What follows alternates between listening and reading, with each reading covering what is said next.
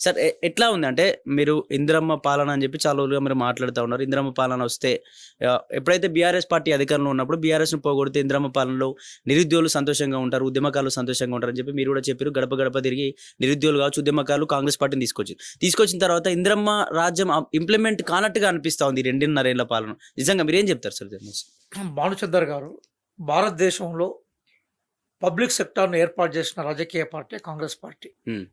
గరీబీ హఠావో నినాదాన్ని ఇచ్చి పేద ప్రజలకి ఆర్థిక భద్రత కోసం కృషి చేసిన పార్టీనే కాంగ్రెస్ పార్టీ. హ్మ్. ఈరోజు దేశవ్యాప్తంగా ఇంతమంది గవర్నమెంట్ సెక్టార్లో పనిచేస్తున్నారంటే కాంగ్రెస్ పార్టీ అవలంబించిన విధానాలు, హ్మ్. ప్రధానంగా మిశ్రమ ఆర్థిక వ్యవస్థ ఫలితమే దీని రిజల్ట్. హ్మ్. తెలంగాణ రాష్ట్రానికి ముల్కీ మూవ్మెంట్కి సంబంధం ఉంది. హ్మ్. అంటే ముల్కీ మూవ్మెంట్ అనేది ప్రధానంగా ఉద్యోగాలకు సంబంధించిన ఉద్యమం. ఆ నేపథ్యంలోనే తెలంగాణ ఉద్యమ ట్యాగే నీళ్లు, నిధులు, నియామకాలు. హ్మ్.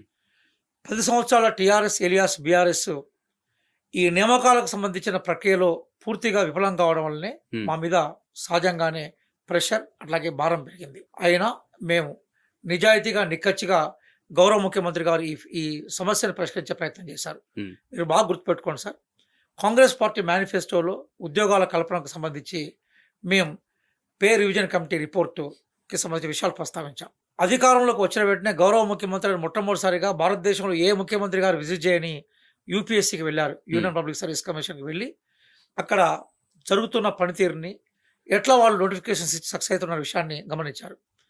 ఇమ్మీడియట్గా రాగానే తెలంగాణ పబ్లిక్ సర్వీస్ కమిషన్ ప్రక్షాళన చేశాం.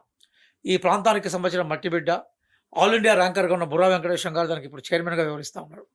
ఆ నేపథ్యంలో గత నోటిఫికేషన్లను అన్నింటినీ మేము క్లియర్ చేసాం. లీగల్ అబ్స్టాకిల్స్ని మేము క్లియర్ చేసాం. హ్మ్.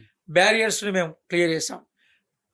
అవకాశం ఉన్న చోట, అవసరం ఉన్న చోట ఎక్కడెక్కడైతే సందర్భం వస్తుందో కొన్ని ఉద్యోగాలను యాడ్ చేశాం. మేము చాలా సక్సెస్ఫుల్గా మొట్టమొదటిసారిగా ప్రభుత్వ ఉద్యోగం పొందడం ఎంతో గొప్ప విషయం అని పరిచయం చేయడం కోసము ఎల్బీ స్టేడియం లాంటి స్టేడియాల్లో, పెద్దపల్లి లాంటి ప్రాంతాల్లో, శిల్పారాం లాంటి ప్రాంతాల్లో సెక్రటేరియట్లో మీటింగ్లు పెట్టి సర్టిఫికేట్లను ఓపెన్గా ఇచ్చాం. పేరెంట్స్ సాక్షిగా ఉద్యోగం పొందిన వాళ్ళకు శిక్షణ ఇచ్చడం మొదలుపెట్టాం. గతానికి సంబంధించిన ఎన్ని పెండింగ్ నోటిఫికేషన్లను క్లియర్ చేశాం. ఇప్పుడు కొత్త ఉద్యోగాలను గుర్తించి వారికి ఉద్యోగ అవకాశాలు కల్పించాల్సిన అవసరం ఉంది కాబట్టి ఆ దిశగా పోయాం. అందుకోసమే గౌరవ ముఖ్యమంత్రి గారు చాలా క్లియర్గా, రేవంత్ రెడ్డి గారు పెరేడ్ గ్రౌండ్లో స్పష్టంగా ప్రకటించారు. ఏమన్నారంటే, ఖాళీగా ఉండే ప్రభుత్వ ఉద్యోగాలకు సంబంధించిన ప్రక్రియను మేము గుర్తించాం, నోటిఫికేషన్ల పరంపర వస్తుందని. దానికి 24 గంటల ముందే బుర్రా వెంకటేశ్వర గారు, మా దగ్గర 28 నోటిఫికేషన్లకు సంబంధించిన జాబితా ఉంది, మేము దాదాపుగా ప్రతి నెల, ప్రతి వారం ఒక నోటిఫికేషన్ చొప్పున రిలీజ్ చేసుకుని చెప్పారు. దాని ముందు డీజీపీ గారు, కొత్త సివి ఆనంద్ గారు రాగానే ఉద్యోగాలు ఎన్ని ఉన్నాయి, వాటికి సంబంధించిన ప్రకటన ఏం చేస్తున్న విషయం చెప్పారు. ఈ 2.5 సంవత్సరాలు గతానికి సంబంధించిన ఉద్యోగాల భర్తీ మీద మేము ఫోకస్ చేశాం. ఆర్థిక ఇబ్బందులన మొత్తం దీన్ని మింగిన వెలగపండులాగా రాష్ట్ర బడ్జెట్ మార్చిన మా కర్తవ్య నిర్వహణ నుంచి బయటపడలేదు సార్. ఈ రాబోయే కాలం అంతా కూడా నోటిఫికేషన్ల కాలమే. సీరియస్గా, సిన్సియర్గా లక్ష్యం కోసం చదివే విద్యార్థులకి తప్పనిసరిగా న్యాయం జరుగుతుంది. ఒక విషయం ఏంటంటే, అందరికీ ప్రభుత్వ ఉద్యోగాలు ఇవ్వడం సాధ్యం కాదు సార్. కానీ అర్హులకి అవసరం ఉన్న చోట ఖాళీగా ఉన్న ప్రతి ఉద్యోగాన్ని మాత్రం ప్రభుత్వాలు నింపాలి. ఏ ప్రభుత్వమైనా. అది నా వ్యక్తిగత అభిప్రాయము. ఈ సమాజం నుంచి నేను చదువుకొని, ఆ చదువు నాకు ఇచ్చిన ఒక అంశం కూడా.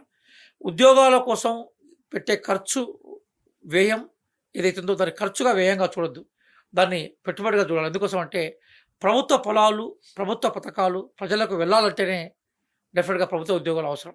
కాబట్టి ఖాళీగా ఉన్న ప్రతి ఉద్యోగాన్ని నింపాలని మేము కోరుకుంటాం సార్.